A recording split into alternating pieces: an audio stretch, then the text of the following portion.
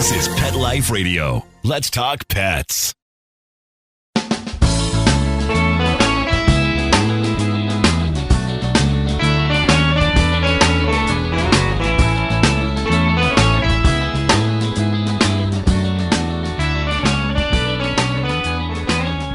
Welcome to Save a Pooch on Pet Life Radio. Thank you for listening in today. I am Beverly Isla, your host. Today, we are featuring the organization called No Dogs Left Behind, a United States-based nonprofit organization operating on the ground in East Asia, fighting on the front lines to end the reckless slaughtering of all animals. Woot woot! So we have two special guests today that are doing an amazing thing. We have Vice President and CEO of USA Operations, Jackie Finnegan, and founder Jeffery Beri, who is heading the opening of the Toronto location. So now the concern is that the US-based organizations are facing an indefinite suspension of the importation of dogs in the US from 113 countries by the US Centers for Disease Control and Prevention. So when we get back from these messages, we will be talking with Jackie and Jeffery about their mission and their plans to address this ban, and their insights on what other organizations should consider. Molly, here's your dinner. Zeus, that's not your food. Don't let that happen to your precious cat. Elevate your cat's eating experience with the Cat Tree Tray. The Cat Tree Tray keeps your cat's food off the floor and conveniently located on the cat tree. It's the perfect way to eat. It's a beautiful wrought iron tray that easily attaches to your cat tree and keeps dogs and other critters out of your cat's dish. A must for multi-pet households. There's a 6-inch tray for large bowls and a 4-inch tray for smaller bowls. Purchase your Cat Tree Tray today. Go right now to cattreetray.com. That's cattreetray.com. cattreetray.com. Let's Talk Pets on PetLifeRadio.com.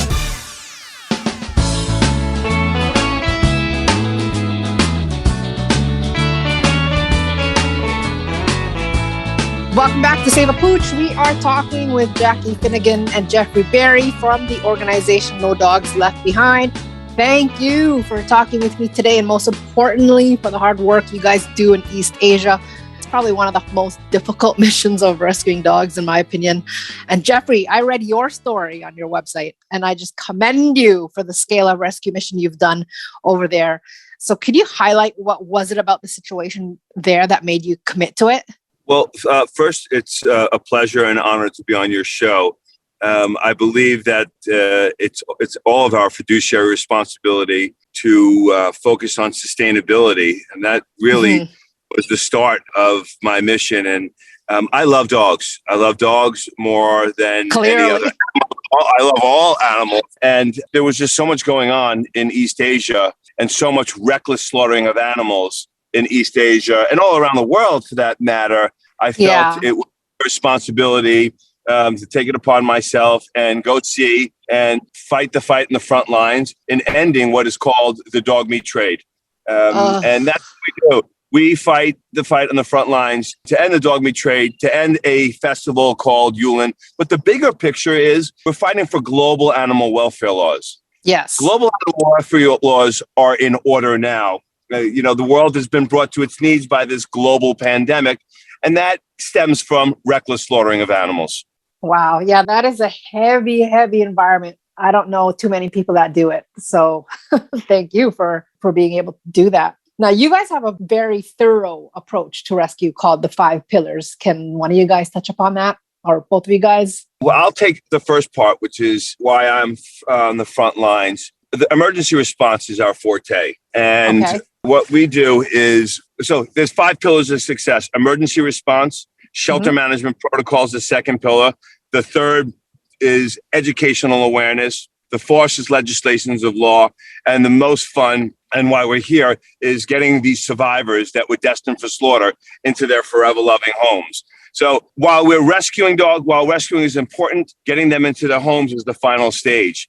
And the first stage of emergency response of what we do is we gather intel of the reckless slaughtering of animals. We work with maybe 10,000 activists across East Asia. We gather intel of some reckless slaughtering. We gather a cohesive team of volunteers. We essentially, almost like you would see in the movies, we surround the facility.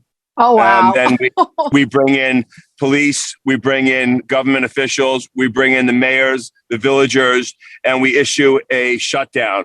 We call for a shutdown, demanding the release of the survivors to halt and stop slaughtering the dogs. We are essentially shutting dog meat trade survivors, dog meat slaughterhouses down. And the negotiations start. We demand they provide proof of purchase. Now, mind you, we've been following them and gathering intel and evidence of them stealing dogs from the streets. Many of these dogs are stolen from homes. Many of these dogs are stolen from the streets. Many of these dogs picked up from the streets. And also there are people who sell their dogs also to the butchers as well. So, but the majority of the time, 99% of the time, they can't provide the documentation with proof of purchase, nor can they provide any health certificates. Therefore, we're able to negotiate the release of the dogs. Same thing with dog meat trucks. We will locate a truck. There will be a series of activists will gather. We'll follow the truck for as long as we need to follow it until we have enough volunteers. We'll surround the truck and we'll cut the truck off. And then the same process happens. At the same time, you have the traffickers, and these traffickers are like the cartel. We're essentially taking away their inventory. So sometimes it becomes a very heated situation, but we have been very successful in saving, tens of thousands of lives, whether it be directly through our direct shutdowns or associated with our strategic alliances throughout China. So that's the first pillar of success. Jackie, why don't you take the second one, which is shelter management protocol? You might be better at that since you're there in China, but we do have strict protocols on the health and the care of the dogs once they come into our facility. So they are all vaccinated. They're all treated for any emergency conditions that they may have. They're sterilized and then they're brought to one of our facilities. We've got 3 locations throughout East Asia where we give them sanctuary there. We keep them on a vegetarian diet. We convert them to a vegetarian diet. And we have people who work with them. They all get park and play time. I believe it's at least twice a day. Twice a day, yeah. Yeah. And then, our workers there work with them on getting the dogs to trust humans again. So some are not as scared as others, but the ones who are scared, we work with them, we leash train them, and we, try to, match them up with a forever adopter that will be able to finish actually finish the rescue for each individual dog. Very well said. It's exactly how Jackie said it. Jackie hasn't had the opportunity to come to China, but it's almost as if she lives there because she is with me, constantly on the phone and constantly monitoring through surveillance cameras. And monitoring all the videos. And Jackie is like, I'm going to rename her like Hawkeyes because she can see what none of us can see. She points it out to me. And, it's what we need. It's a team effort. We call ourselves the yin and yang. I'm the yin and she's the yang. We both are an incredible team together. Obviously, when you're watching lives be slaughtered, when you're seeing and experiencing what I experience, and Jackie needs to hear me and be there for me. She's, living it vicariously through me. Yes. It's very difficult and it becomes very trying on your soul. And, it takes a toll on your life. But the second pillar to success, shelter management protocol, is extremely important because these dogs are beaten and tortured. And we need to take them. Picture your dog being pulled from the house, it being beaten and tortured, sometimes for days, sometimes for months, sometimes for a year, because they don't normally always get out of the slaughter pens because sometimes they're kept there for breeding and tied to breeding poles. I mean, the behavior is just outrageous. So, how long does it take for one to rehabilitate after being, a human, raped, beaten, and tortured? How long does it take to trust again? Yeah. So, the shelter management protocol part is extremely important. We take pride in being as efficient as we possibly can be to get the dogs to trust again. to get their well-beings, to, as Jackie mentioned, sterilized, vaccinated, the monthly treatments of deworming, flea, tick is an extremely costly component for No Dogs Left Behind, but it very much needed in preparation for them to be adopted. Wow, you guys run a tight ship. Yeah, no, we really do run a tight ship. The third pillar to success is educational awareness. Any chance I can get, I tour China and educate the young. And prior to COVID, No Dogs Left Behind had a pretty intense educational awareness program where students from the Animal Agricultural College of China would come on weekends to volunteer working with the dogs to learn Western medicine, Western treatment, learn a little bit more about shelter management protocols and also animal welfare. And I go around also teaching kids when I get the chance, bringing a dog to a school or bringing the school to the dogs. Many of these kids never touched a dog before because they grew up thinking that the dog has rabies, the dog has distemper, or the dog's ferocious. And, they're crying at first because they're scared, and then they're leaving saying, I don't want to go. And, and the parents saying, thank you so much. My child was always so petrified of dogs and now wants a dog. That's change. And we believe that the young are the future. The older generation is kind of set in their ways for sustainability. Yes. And it's our job to educate the young and to work together for a sustainable movement. That is the third pillar. That's the fourth amazing. pillar, what Jackie has been incredibly excelling in, amongst many other things, is things like the CDC ban and legislations of law. Government advocacy. Yep. Yeah. So, I'm going to say this for the record and on the record, we will empty every cage. Not we, meaning No Dogs Left Behind, but all of us rescues together. We are putting so much pressure on global governments to enforce animal welfare laws, which essentially will save millions upon millions of animals. As I mentioned earlier, every government needs to be responsible for the reckless slaughtering of animals and stop it and fight to legislate laws, or else the next pandemic is going to be right behind. And nobody can deny that. Nobody can dispute it or refute it.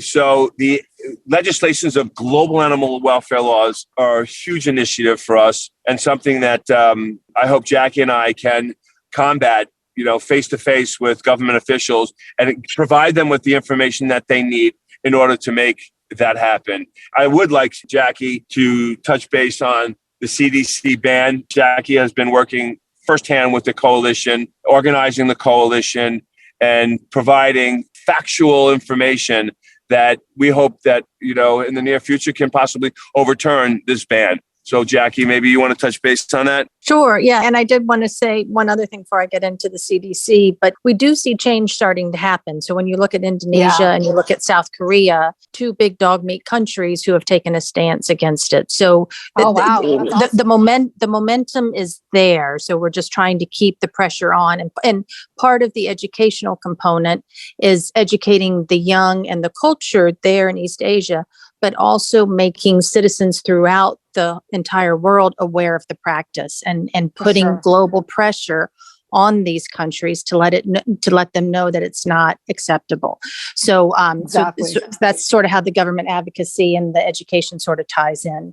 And then with the CDC, that's something we didn't think we were going to have to incorporate into our government advocacy, but it sort of hit us out of nowhere, impacted hundreds of international rescues, large and small. We're fortunate that we're larger and we had the ability and the adopters, the supporters, the donators to help us as we sort of tried to navigate this. In June, the CDC announced its intent to ban the importation of dogs from 113 countries. And we had 30 days notice. So our foundation. But why did that even start though? We don't know. I think what ultimately it comes down to is they had finite resources. So they didn't have, so there were dogs coming in and they just didn't have the staff to deal with, checking the dogs at the borders. So, they said it was about rabies, but there were no documented cases of rabies. There had been several years ago from a couple of dogs that came over from Egypt. They implemented a ban with respect to dogs coming from Egypt. And since they implemented that ban, there had not been any cases of rabies. When they announced the ban and they crafted it beautifully. I mean, it's legally soundproof, what they did.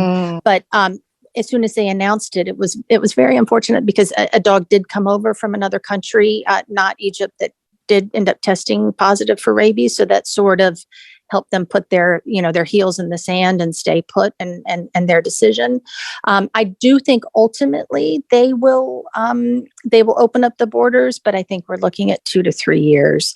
We know that the CDC hasn't met with any rescues.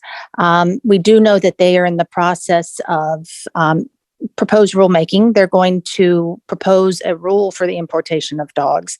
We expect to see that proposed rule probably early spring, right around the time that this which would mark the 1 year point for this current import ban. But the way that it works in the United States is they publish it. All affected citizens have 60 days to write in any comments or questions, and then the CDC has a limited amount of time to respond to all of those questions and comments. So, and then they ultimately issue a final rule. So, it's very conceivable that it could be 2 to 3 years out before we see any change. They are tinkering with it a little bit. So, like, people who, like over the summer, may have gone over to another country to teach, for example, and took their dogs with them for the summer. They were also impacted by this ban. All sorts of people, diplomats, everybody was impacted by it. We have seen the CDC sort of take steps back from that.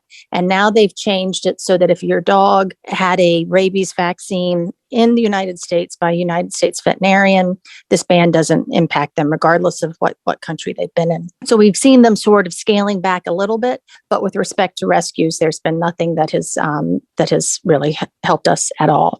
So it's sort of just, waiting, continuing to put pressure on the CDC, being respectful and trying to get them to engage with us. But ultimately, I think it's going to be when we address the rulemaking process and submitting comments. So right. When this came out, I think there was sort of this sense like, well, they, maybe this won't last forever. Maybe we can push them and they'll change the rules. We were fortunate that we put together a team from the very beginning, and we, looked for property in Canada. I mean, it was a full-blown team looking for this. Now, that's what I wanted to get into next. But before we get into that, we're just going to have a quick break. And then when we get back, we'll continue talking with Jackie and Jeffrey from the organization No Dogs Left Behind. Sit. Stay. We'll be right back after a short pause. Well, 4 to be exact. Take a bite out of your competition. Advertise your business with an ad in Pet Life Radio podcasts and radio shows. There is no other pet-related media that is as large and reaches more pet parents and pet lovers than Pet Life Radio. With over 7 million monthly listeners, Pet Life Radio podcasts are available on all major podcast platforms, and our live radio stream goes out to over 250 million subscribers on iHeartRadio, Odyssey, TuneIn, Stitcher, and other streaming apps. For more information on how you can advertise on the #1 pet podcast and radio network, visit PetLifeRadio.com/advertise today. Let's talk pets. Let's talk pets On Pet Life Radio. Pet Life Radio. PetLifeRadio.com.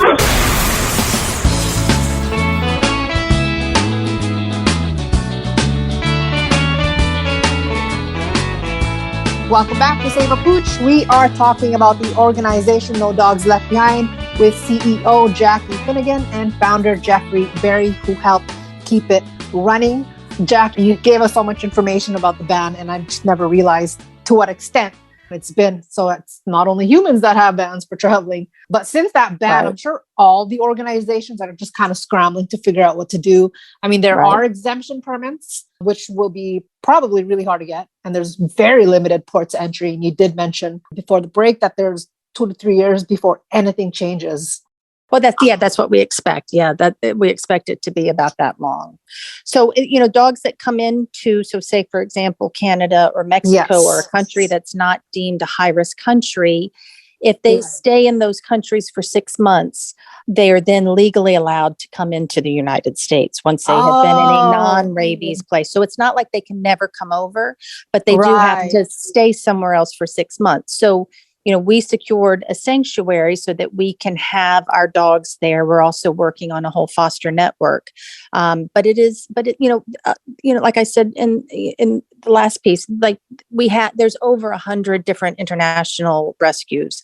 Many of them are very small. And I have heard firsthand from some of these rescues, several, that they just have to get out of the rescue business because it's just too costly to have to move their dogs and keep them. And it's very hard to find fosters who will commit to a 6-month commitment. It's a really long time, and it's very hard not to get attached to these animals. So it has been an unbelievable challenge and extremely costly. And we're extremely grateful that we've been able to secure a location, and the Canadians have been overwhelmingly supportive and generous. And we are just so happy to be in Canada and, putting a flag there now and establishing a sanctuary. This is our first sanctuary outside of China. So it's very exciting for the foundation. Wow. Yeah, that's a good move. To further Jackie's comment about Canada, honestly, I want to become a Canadian resident. I mean, I love it here. The people are overwhelmingly nice. I've met so many people here that have been so gracious in so many different ways. It's beautiful. Honestly, I love it here. I love the location. I love the people. And we couldn't be happier to be here in Toronto and be here in Canada. And we feel like the foundation being here, I must have 20 or 25 people that are looking to come and spend a week or a month here working with No Dogs Left Behind. But also, there are so many great attractions here.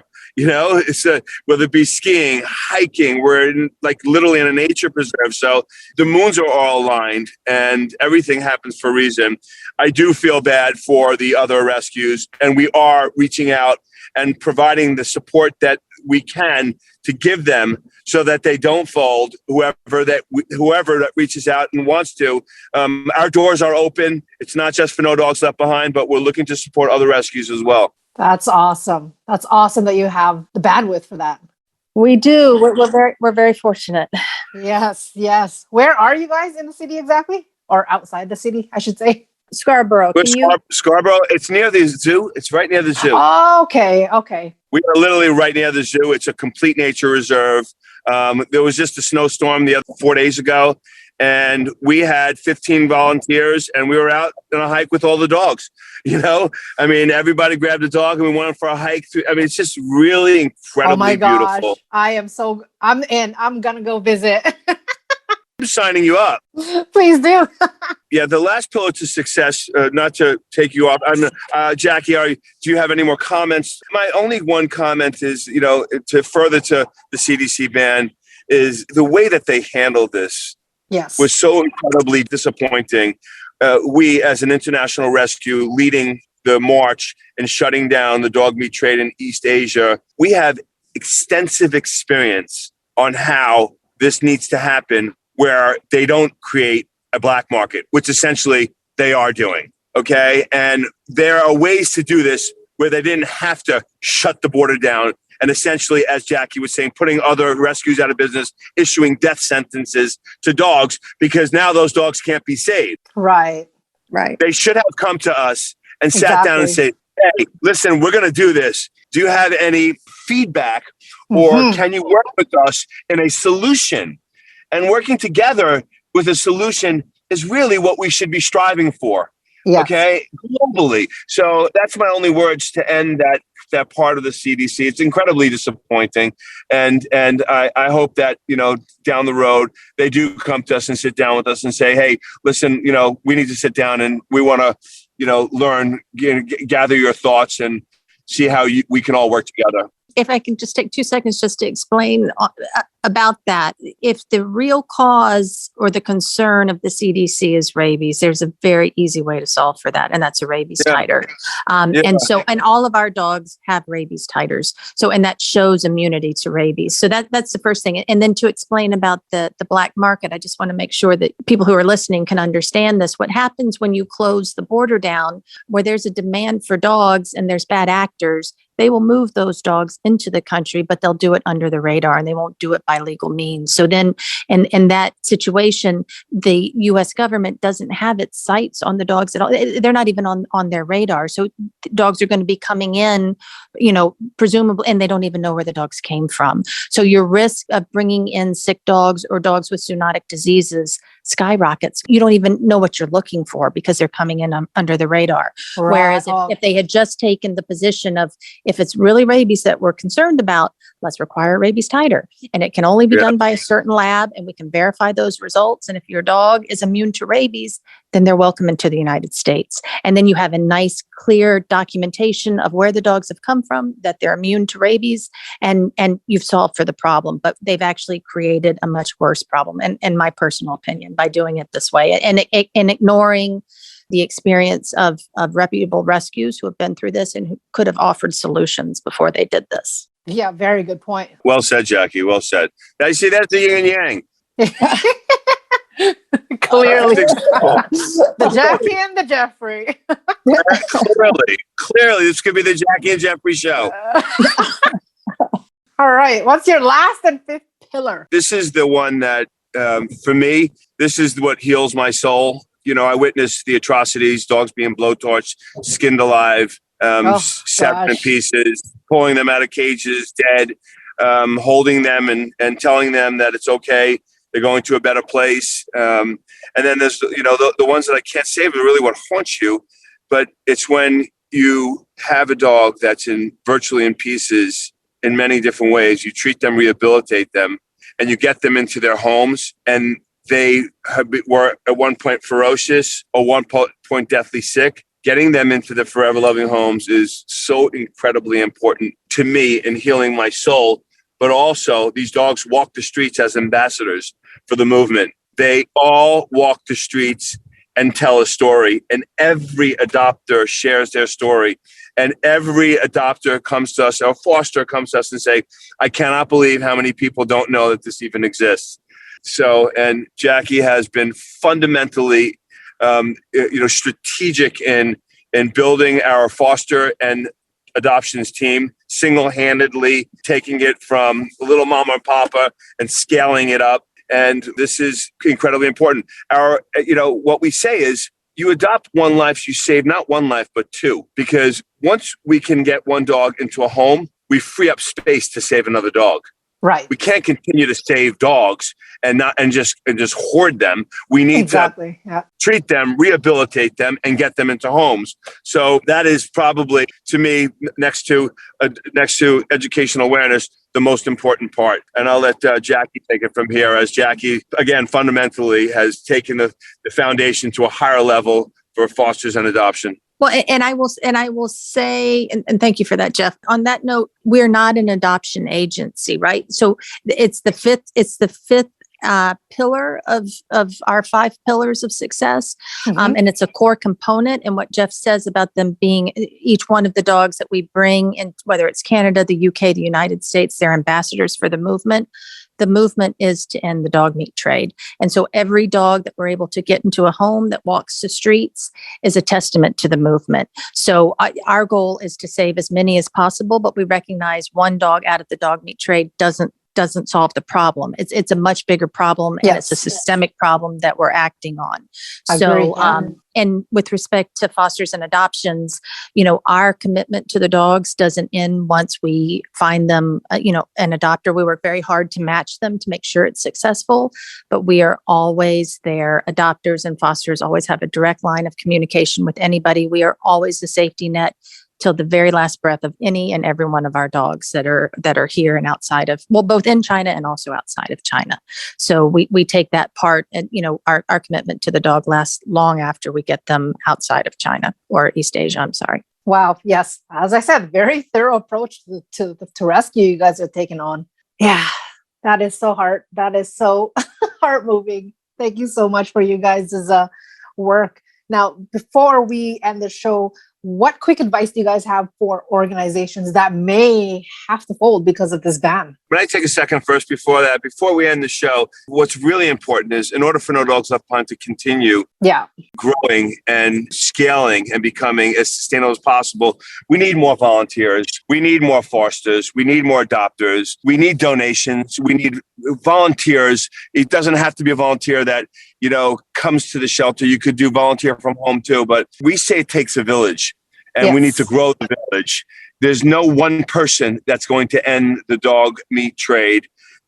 And we again, even working with other rescues, but please give a shout out to everybody that, our website is nodogsleft.behind.com. Visit our adoptions page, visit our foster page.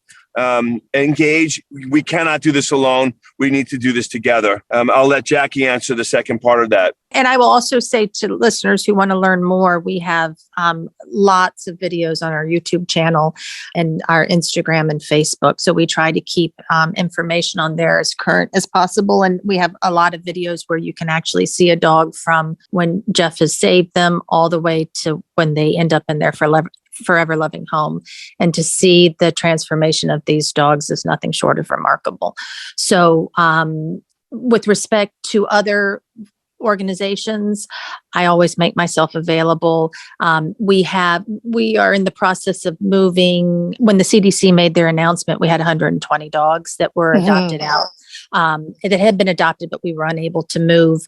We're hoping to complete all of those dogs getting over into freedom in Canada, hopefully before the end of the year. And then we're able to sort of offer assistance to the other foundations. So we offer our knowledge and our experience, and then hopefully we'll be able to offer even more, like a location and to be able to help them with their actual dogs.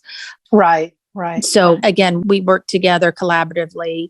So many rescues have come together to try to, tackle this whole thing with the CDC. And it's actually been a real blessing, because whereas it used to be, segregated groups working independently, we're all now working together for a common mission for, to help these dogs. That's the silver lining. Exactly. Yeah.